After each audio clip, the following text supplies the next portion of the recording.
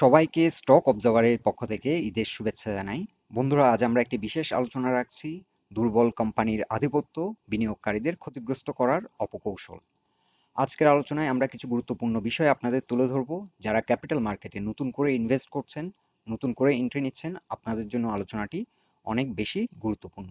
So বন্ধুরা, আলোচনাটি শেষ পর্যন্ত শুনতে থাকুন।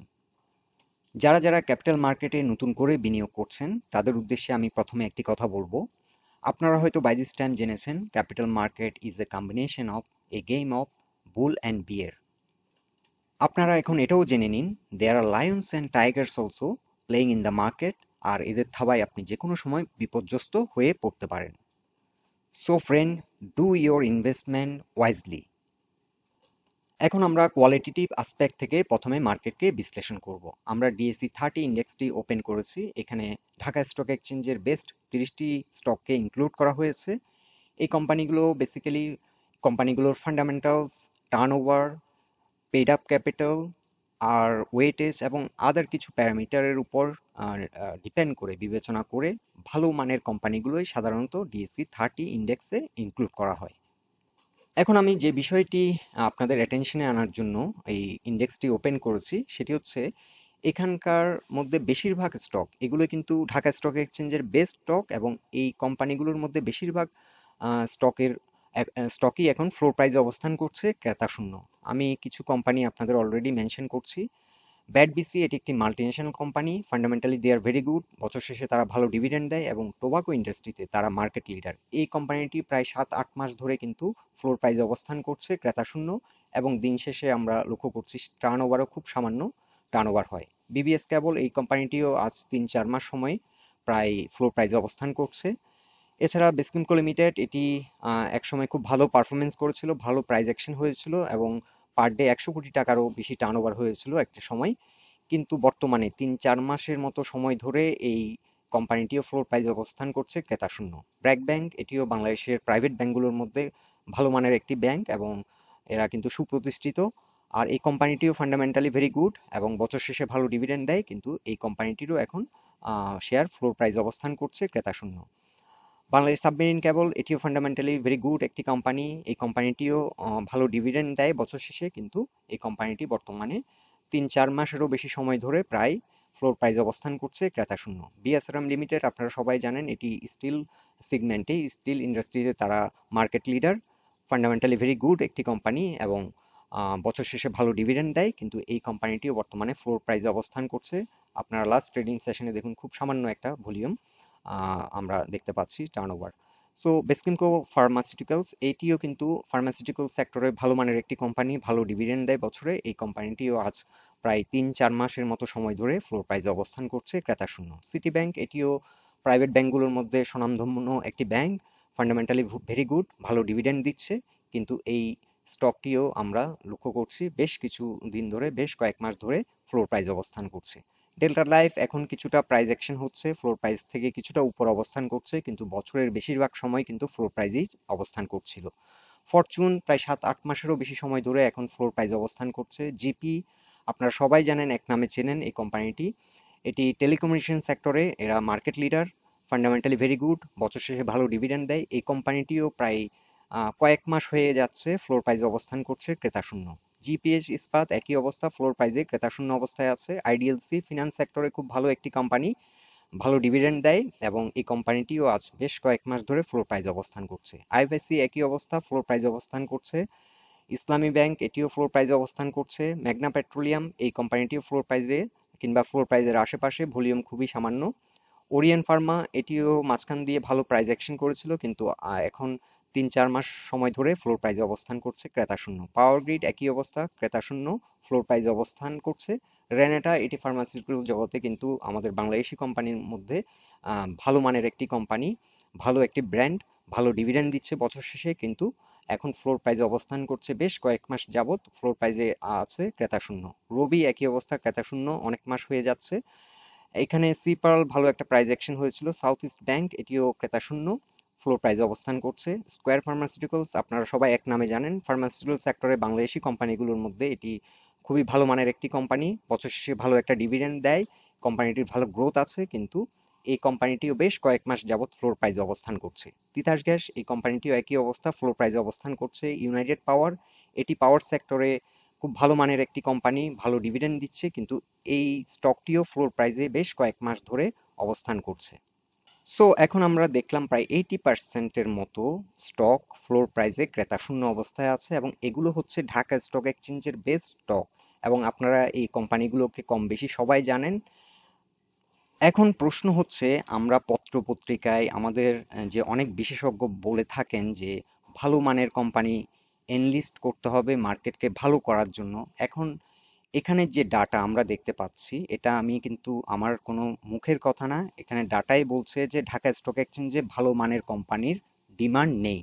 অ্যাটলিস্ট গত 1-1.5 বছরের ডাটা যদি আমরা অ্যানালাইজ করি, আমরা এই ফাইন্ডিংসটি পাবো, ঢাকা স্টক এক্সচেঞ্জে ভালো মানের কোম্পানির ডিমান্ড নেই, ক্রেতা শূন্য। তাহলে এখন প্রশ্ন হচ্ছে, ভালো মানের কোম্পানি নতুন করে আবার এনলিস্ট করে মার্কেটকে ওনারা কিভাবে ভালো করবেন, এটা একটা কোশ্চেন। এছাড়া ভালো মানের কোম্পানি ওনারা কিন্তু লাস্ট 2 বছর ধরে এনেছেন। ভালো মানের কোম্পানির আসলে কোনো ক্রাইটেরিয়া ওভাবে আমি দিতে পারছি না। 10% ডিভিডেন্ড দিলে ওটাও ভালো কোম্পানি, কিন্তু আমরা কিন্তু লক্ষ্য করেছি ব্যাড বিসির মতো এখনো একটি কোম্পানি নতুন করে এনলিস্টমেন্ট হয়নি। লাস্ট টাইম আমার যতটুকু মনে পড়ে সেটি হচ্ছে ওয়ালটন। এই কোম্পানিটি মোটামুটি একটা ভালো মানের কোম্পানি এনলিস্ট হয়েছে। এছাড়া আমার আমার পার্সোনাল ওপিনিয়ন যে ভালো মানের তেমন একটি কোম্পানি আমাদের মার্কেটে আর নতুন করে আসেনি। এখন আমরা যদি প্রাইস অ্যাকশনের উপর ডিপেন্ড করে মার্কেটকে যদি আমরা বিশ্লেষণ করি in terms of price action, তাহলে পুঁজিবাজারে একটি কথা আছে, হিস্ট্রি রিপিটস। করোনার পর আমরা লক্ষ্য করেছি insurance sector, general insurance sector এখানে 22 পয়েন্ট থেকে যাত্রা শুরু করেছিল এবং 80+ হিট করেছিল। এটা একটা লং র্যালি করেছিল, এবং পার ডে এমনও আমরা লক্ষ্য করেছি 400 থেকে 600 কোটি টাকা পর্যন্ত এই সেক্টরে লেনদেন হয়েছে। এবং অ্যাট দ্য সেম টাইম আমরা লক্ষ্য করেছি ওই সময় 7-8 মাস ধরে শুধুমাত্র জেনারেল ইন্স্যুরেন্স সেক্টরেই প্রাইস অ্যাকশন হচ্ছিল, কিন্তু অন্য কোনো সেক্টরে তেমন একটা লেনদেন আমরা লক্ষ্য করিনি। এবং ওই সময়ও কিন্তু ভালো মানের বেশিরভাগ কোম্পানি ফ্লোর প্রাইজে অবস্থান করছিল, কিন্তু মার্কেটে টার্নওভার হচ্ছিল 2000 থেকে 3000 কোটি টাকার মতো।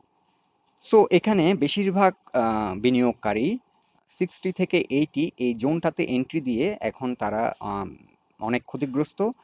এরপর থেকে এই সেক্টরটি বিশাল একটা পতন আমরা লক্ষ্য করেছি। 40-তে এসে এটি সাপোর্ট নিয়েছে, তবে আমি পার্সোনালি বিলিভ করি ফ্লোর প্রাইস যদি দেওয়া না হতো এই সেক্টরটি 25 থেকে 30 এই জোনটাতে চলে আসতো এবং এখান থেকে হয়তো সাপোর্ট নিত।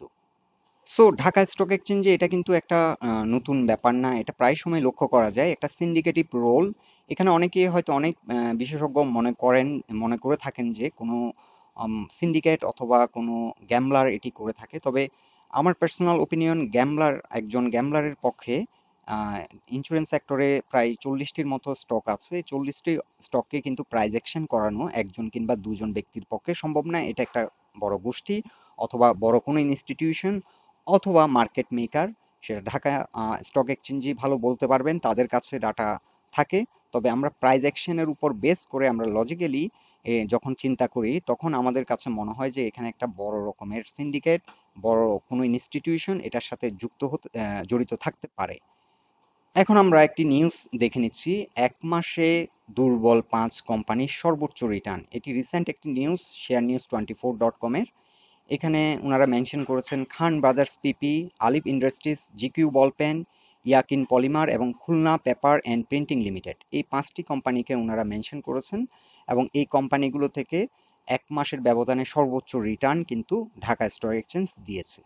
এখন আমরা যদি লাস্ট ট্রেডিং সেশনে ঢাকা স্টক এক্সচেঞ্জের অবস্থান দেখি, এখানে টপ গেইনার লিস্টেও যদি আমরা দেখি, এখানে বেশিরভাগই কিন্তু দুর্বল কোম্পানি, যে সকল কোম্পানিগুলোর উৎপাদন বন্ধ আছে, এবং বেশিরভাগ ক্ষেত্রে দেখা যায় লো পেইড, এই ধরনের স্টকগুলোকেই কিন্তু বেশিরভাগ ক্ষেত্রে ঢাকা স্টক এক্সচেঞ্জের টপ গেইনার লিস্টে আমরা লক্ষ্য করি। এখানে আমি আপনাদেরকে আরো একটি নিউজ শো করছি, দুর্বল 23 কোম্পানিকে উন্নত শ্রেণীতে দেখাচ্ছে ডিএসই, ব্যাখ্যা তলব। বর্তমান মার্কেট প্রেক্ষাপট বিবেচনা করলে বর্তমান যে প্রাইস অ্যাকশন হচ্ছে মার্কেটে, আমরা বেশিরভাগ ক্ষেত্রে লক্ষ্য করছি দুর্বল কোম্পানিগুলোকে হিউজ লিকুইডিটি দেওয়া হচ্ছে, এবং ওই কোম্পানিগুলোরই বেশিরভাগ ক্ষেত্রেই প্রাইস অ্যাকশন হচ্ছে। অ্যাটলিস্ট 80% কেসেস আমরা দেখি মার্কেট, যদি আমরা লাস্ট 1 বছর কিংবা 1.5 বছর আমরা বিশ্লেষণ করি, বেশিরভাগ ক্ষেত্রে আমরা লক্ষ্য করছি যে অ্যাটলিস্ট 70 থেকে 80% কেসেস দুর্বল কোম্পানিগুলো লো পেইড, জাঙ্ক এবং কিছু সিলেক্টিভ স্টককেই হিউজ পরিমাণ লিকুইডিটি দেওয়া হচ্ছে। আর বর্তমান মার্কেট সার্কমস্ট্যান্স, মার্কেটের প্রেক্ষাপট বিশ্লেষণ করলে এই নিউজটির সাথে কিন্তু একটা লিঙ্কেজ খুঁজে পাওয়া যায়। এই কারণে এই নিউজটি কিন্তু অনেক তাৎপর্যপূর্ণ। এখন হয়তো এটি ঢাকা স্টক এক্সচেঞ্জের যারা আছেন তারা হয়তো বলতে পারেন যে এটি একটি টেকনিক্যাল গ্লিচ, টেকনিক্যাল ফল্ট, কিন্তু বিষয়টি আদৌ টেকনিক্যাল গ্লিচ কিনা কিংবা টেকনিক্যাল ফল্ট কিনা সেটা সুষ্ঠুভাবে তদন্ত করা উচিত। এর আগে আমরা মে 2022-র একটি নিউজ আপনাদেরকে শেয়ার করছি, proof 6 DSC officials irregularities BSEC.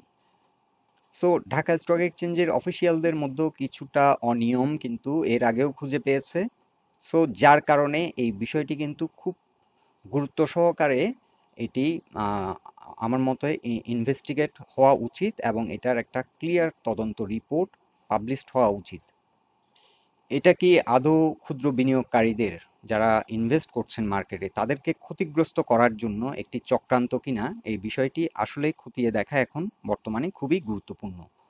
এছাড়াও এই বিষয়টিও তদন্ত করা উচিত, what is the role of our market maker. আমাদের মার্কেটে যদি এটা একটা সিন্ডিকেট যদি রোল প্লে করে, সিন্ডিকেটই যদি এই মার্কেটটিকে পরিচালনা করে তারা, তাহলে মার্কেট মেকার লিকুইডিটি কোথায় দিচ্ছে? ভালো স্টকগুলো কেন মুভমেন্ট হচ্ছে না? ভালো স্টকগুলোতে কেন ওয়েভ হচ্ছে না? ইভেন আমেরিকান মার্কেটও যদি আমরা বিবেচনা করি, ওই মার্কেটে যদি ওয়েভ না থাকে, 80%-এর, আমি পার্সোনালি বিলিভ করি যে 80%-এর মতো বিনিয়োগকারী ওই মার্কেটও আর ইনভেস্ট করবে না। শুধুমাত্র বছর শেষে ডিভিডেন্ড পাওয়ার প্রত্যাশায় বেশিরভাগ বিনিয়োগকারী ওই মার্কেটে ইনভেস্ট করবেন না। হয়তো কিছু বড় বড় ইনভেস্টর তারা গিয়ে ইনভেস্ট করবেন। সো এখানে একটা বড় কোশ্চেন রাইজ করে যে আমাদের মার্কেট মেকারের কি এতটা সক্ষমতা নেই যে ঢাকা স্টক এক্সচেঞ্জের ডিএসসির যেটি বেস্ট 30টি কোম্পানি, সেই 30টি কোম্পানিকে তারা লিকুইডিটি দিতে পারছে না? এছাড়াও এখন কিন্তু নতুন করে কিন্তু আমরা লক্ষ্য করেছি আরো কিছু প্রতিষ্ঠানকে কিন্তু মার্কেট মেকার লাইসেন্স দেওয়া হয়েছে। সো বাংলাদেশে কিন্তু 40টারও বেশি ব্যাংক আছে। What is the role of our investors, institutional investors? এই বিষয়টিও কিন্তু একটা বড় কোশ্চেন। কেননা মার্কেট কিন্তু মোটেও সুষ্ঠুভাবে পরিচালিত হচ্ছে না। অ্যাটলিস্ট আমরা যদি লাস্ট 2 ইয়ার্স যদি মার্কেটকে আমরা বিবেচনা করি, বিশ্লেষণ করি, মার্কেট কিন্তু সুষ্ঠু ধারায় পরিচালিত হচ্ছে না। আর মার্কেট যদি সুষ্ঠু ধারায় পরিচালিত না হয়, আমাদেরকে যে মাঝে মাঝে বলা হয় যে বিনিয়োগকারীদের সচেতন হতে হবে, বিনিয়োগকারীদের লিটারেসি লেভেল বাড়াতে হবে। তো মার্কেট যদি সুষ্ঠুভাবে পরিচালিত না হয় তাহলে এখানে কিন্তু লিটারেট হয়েও কোনো লাভ নেই। আমার পার্সোনাল ওপিনিয়ন, ক্ষুদ্র বিনিয়োগকারীদের পাশাপাশি কিন্তু যারা মার্কেটকে পরিচালনা করেন তাদের লিটারেসি লেভেলটাও অনেক বেশি বাড়ানো দরকার, কারণ মার্কেট সুষ্ঠুভাবে পরিচালিত হচ্ছে না।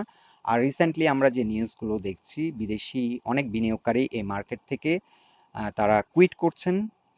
এটার একমাত্র কারণ হচ্ছে ইরেগুলারিটিস, মার্কেটকে সুষ্ঠুভাবে পরিচালনা করা হচ্ছে না, মার্কেটে ভালো মানের স্টকগুলোতে কোনো ওয়েভ থাকছে না, মার্কেটটি আসলে আপ টু দ্য মার্ক পারফর্মই করছে না। যে এক্সপেকটেশন থেকে বিদেশিরা এই মার্কেটে ইনভেস্ট করেছিল সেই এক্সপেকটেশন ফুলফিল হচ্ছে না, যার কারণে বিদেশিরা এই মার্কেট ছেড়ে চলে যাচ্ছেন। এছাড়াও আমরা যদি আরো একটি বিষয় লক্ষ্য করি, বাংলাদেশের জনগণের সাথে কিন্তু এই মার্কেটের এখন সম্পৃক্ততা খুবই কম, কারণ মানুষ এই মার্কেটে প্রতি আস্থা হারিয়ে ফেলেছে। এখানে এখন যে কয়জন ইনভেস্টর আছে তারাও চিন্তা করছেন কোনো রকম লসটা রিকভার করে নিতে পারলে এই মার্কেটটা আমরা ছেড়ে দেব। এখানেও একটা বড় কোশ্চেন, এত অনিয়ম আর দুর্নীতির মাঝে একটা দেশের ক্যাপিটাল মার্কেট চলতে পারে কিনা?